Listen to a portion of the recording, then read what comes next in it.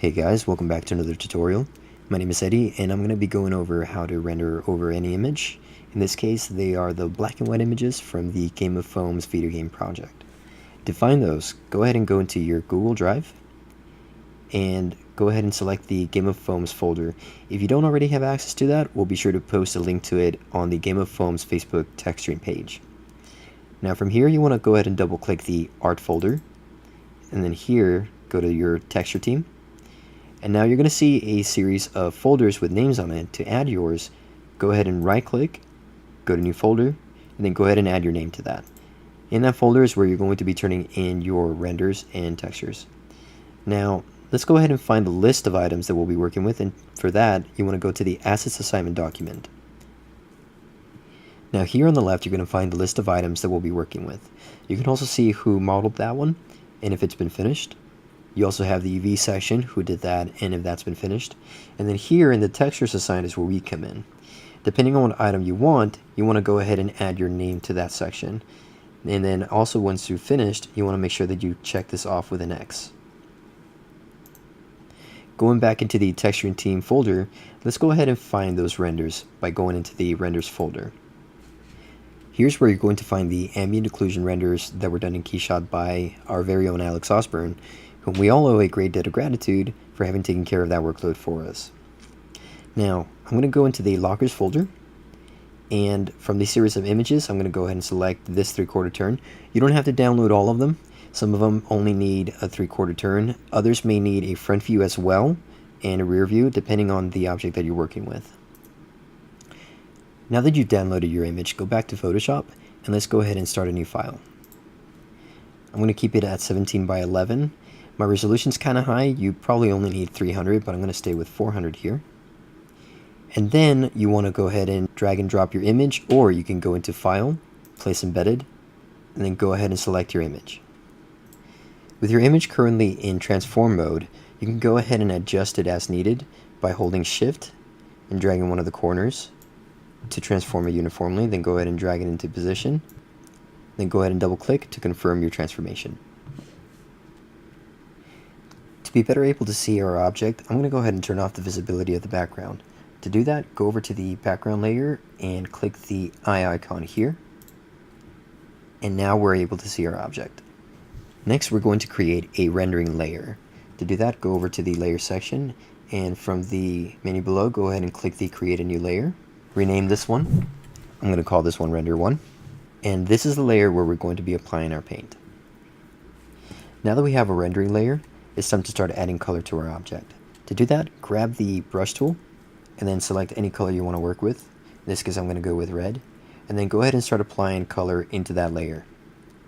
Now the problem is that we can no longer see the object below it. But we're going to create something called a blending layer that will allow the color from that layer to be applied to the object below. To do that, make sure that you have the rendering layer selected first, and then go ahead and select this menu up here where it says normal. Go ahead and click that, and you'll see this pop-up menu that gives you a list of blending mode options. We're going to work with multiply, and as you can see, the locker below has now become visible. What multiply does is that it applies the color from that layer to the highlights of the object below. If I were to select something like overlay, the opposite is true. The color is now being applied to the shadowy areas of the object. This is not what we want to work with though. We want to go ahead and stick with multiply. The next challenge that we have is that the paint has gone outside the confines of the locker below.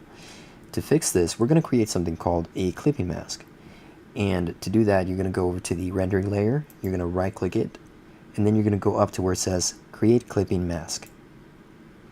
And what that does is that it puts a mask on anything that is transparent from the layer below.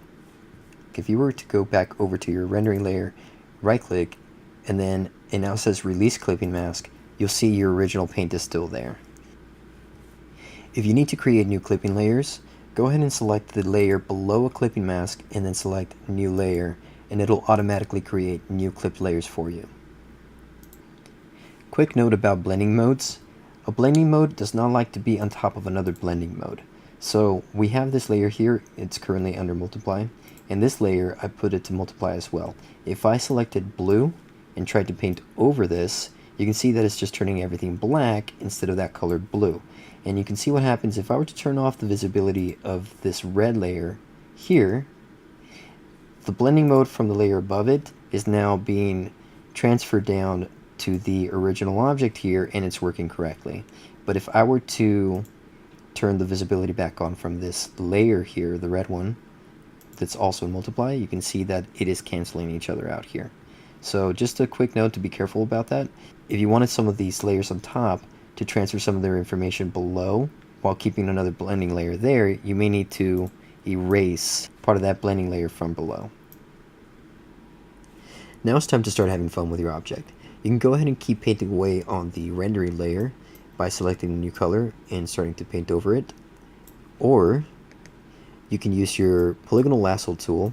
If you don't see it here, just go ahead and left click hold and then select polygonal lasso tool, and what that'll do is that it'll allow you to make sharp edged selections, which are very useful for geometric shapes. And then you can go ahead and select a new color and then paint inside of that, and now you can see you have a sharply painted locker door. Here's another cool thing you can do. Because this is a locker, I got the idea to add something like stickers over it. So first thing is I want to select one of my extra clipping layers here. I'm going to click the topmost one, and then I'm going to go into File, and I'm going to Place Embedded, and I'm going to go ahead and import an image onto that layer. And here, this object is in transform mode. Now, the problem with transform mode is that you can only resize it in right angles. This doesn't help me when I'm trying to retrofit it into an object that has its own perspective.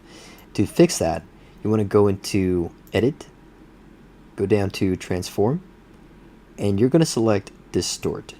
And what Distort does is that it allows you to manipulate each corner individually, so that way you can drag each point on its own and align it, like so, to fit the perspective of the object you're embedding it to.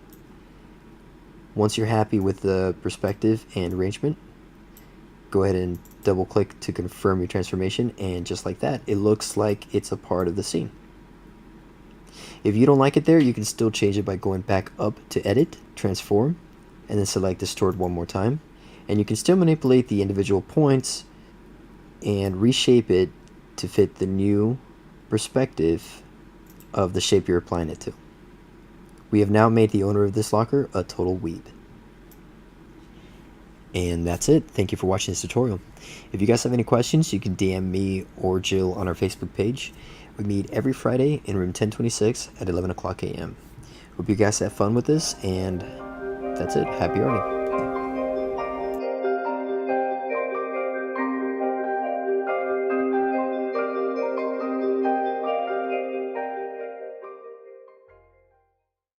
Your new color will blend over the blending layer below that. And as you can see, it has completely darkened the entire image because that's what multiply does. That's why.